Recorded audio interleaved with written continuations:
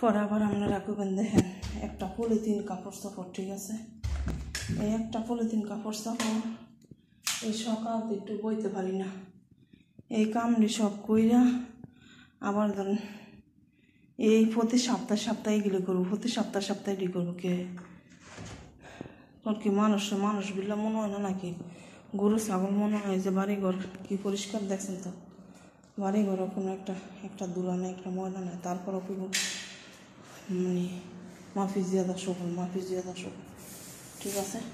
তারপরে তার বই নেই, একটা বই না বিয়া তো তোর মা যদি এই কাজের লোক না লয় তো তুই তো কাপড় চাপড়ে তো আয়রন করে ফেলবি কে, ঠিক আছে, কাপড় চাপড় আয়রন করে ফেলবো তা তো আয়রন লাগবো কে, যেই বাড়ি কাজের লোক না সেই বাড়ি মানুষ আবার কাপড় চাপড় আয়রন করে ফেলবো কে।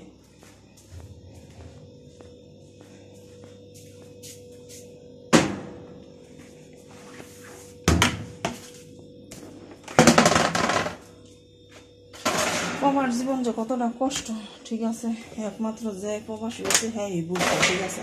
আর যারা প্রবাসী না হয়েছে হ্যাঁ তো কয়ে আছে টেহা প্রবাসী মনে কইলই মনে টেহা মানে জমা থাকে মনে গোডাউনও, ঠিক আছে। আসলে ভাই প্রবাসে গোডাউন না, ঠিক আছে, কত কষ্টের জায়গা যে প্রবাস, ঠিক আছে, ইয়ার মতন কষ্ট হবে কত কষ্টের জায়গা প্রবাস, ঠিক আছে। সবাই তো মনে করে প্রবাস লাগটা কত মানে সুখের শান্তি, আত্মীয় স্বজন ছাড়া কোনো কিছু একটা জিনিস খাইতে মন চাইলে খাওয়ান যায় না, কোনো কিছু একটা করতে মন চাইলে করন যায় না, ঠিক আছে। নিজের আত্মীয় স্বজন সব কিছু খাই গাড়ি প্রবাসে মাটিতে পইরা থাকার মাঝে কত একটা কষ্টের ব্যাপার, ঠিক আছে। একমাত্র যে প্রবাসী হয়েছে ভাই হ্যাঁ বুঝে প্রবাস জীবন আছে কত কষ্টের জায়গা, ঠিক আছে।